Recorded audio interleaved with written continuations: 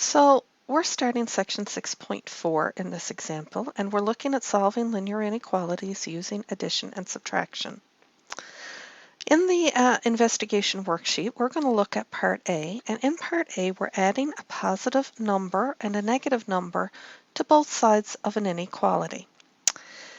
So this first inequality, -4, is less than -2. I'm going to add the same number to both sides of that inequality, and I'm just going to pick the number 5. It can be anything at random. -4 plus 5 is 1. -2 plus 5 is 3.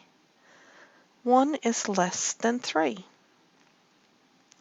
I'm going to add a negative number to each side of that inequality now. So I'm going to say -4 plus -3.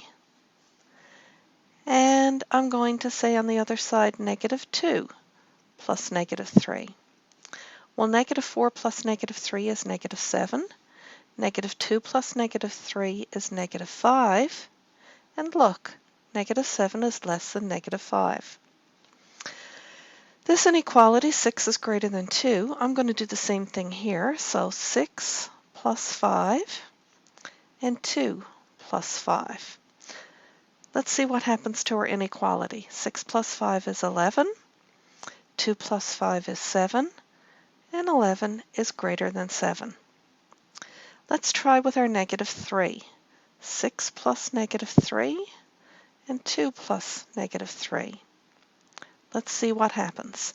6 plus -3 is 3, 2 plus -3 is -1, and 3 is greater than -1. Do the inequalities hold true? Yes.